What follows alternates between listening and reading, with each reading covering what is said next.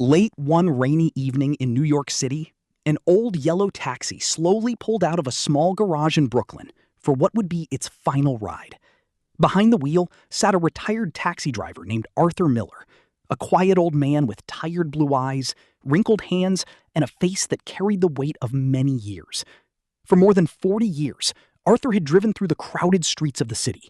He had seen people fall in love in the backseat of his cab, watched tourists stare at the bright lights of Times Square for the first time, listened to strangers cry after heartbreak, and driven exhausted workers home in the middle of snowy nights. His taxi had become more than just a car. It had become his whole life. But now, at 78 years old, Arthur was being moved into a nursing home because his health was getting worse. His doctor told him he could no longer drive safely, and his daughter Emily worried constantly about him living alone.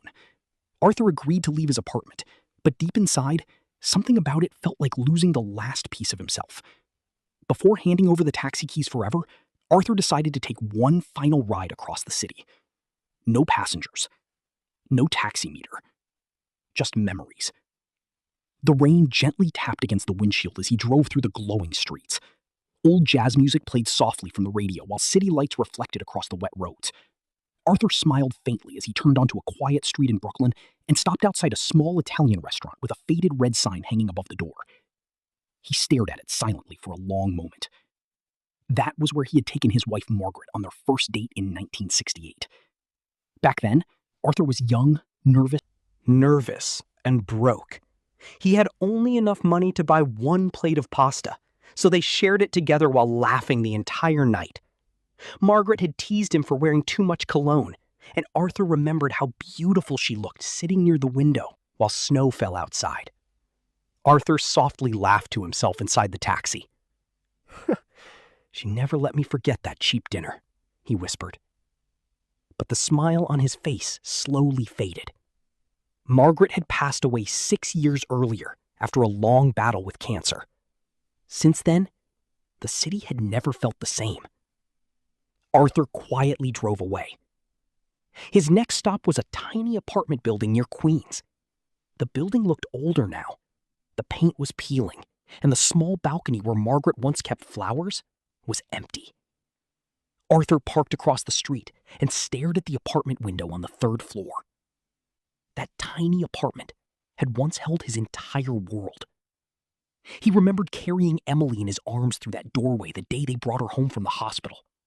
He remembered birthday cakes, Christmas mornings, arguments about bills, and late-night dances with Margaret in the kitchen while the radio played softly in the background. They had struggled financially for years, but somehow, those were still the happiest days of his life. Arthur lowered his head for a moment and wiped his eyes quietly. Then he drove again.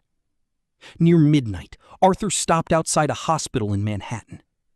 The emergency lights glowed against the wet streets while ambulances moved in and out of the entrance. Arthur's hands tightened slightly on the steering wheel. This was where Emily had been born. He remembered pacing nervously through the hospital hallways for hours while Margaret screamed at him to stop making her more anxious. And then finally, a nurse placed a tiny baby girl into his arms. Arthur smiled through tears. It was the first time I was ever truly afraid, he whispered. Because suddenly, I had something to lose. For a long moment, he simply sat there watching the hospital doors. Life had begun there, and now somehow, life felt like it was slowly closing its final chapter. The rain became heavier as Arthur continued driving through the sleeping city. He passed old streets he used to know perfectly, but now everything looked different. Small family stores had become expensive cafes. Old movie theaters had disappeared. Buildings were taller. People walked faster. The city had moved on. And Arthur suddenly realized something painful. He had spent his whole life driving everyone else toward their destinations. But he never noticed how quickly he was leaving his own behind. Around 2 a.m., Arthur finally parked the taxi near the Brooklyn Bridge, overlooking the river. The city lights shimmered across the dark water, while cold wind moved through the streets. Arthur turned off the engine. Silence filled the taxi. For the first time in decades, the cab wasn't moving.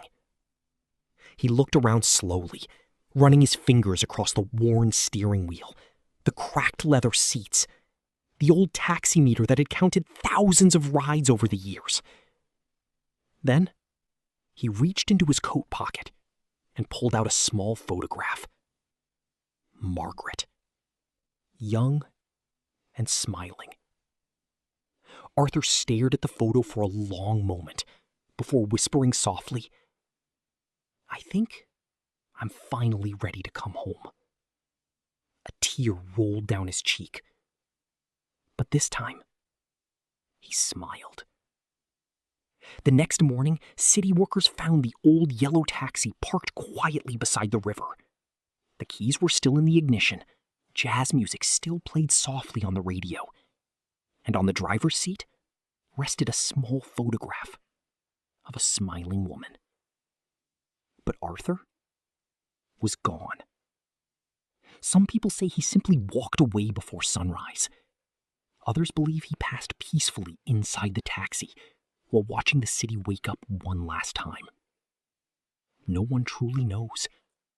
But for years afterward, late at night, taxi drivers passing near the Brooklyn Bridge would sometimes slow down and point toward the river. Because every once in a while, people swore they could still see an old yellow taxi driving slowly through the rain.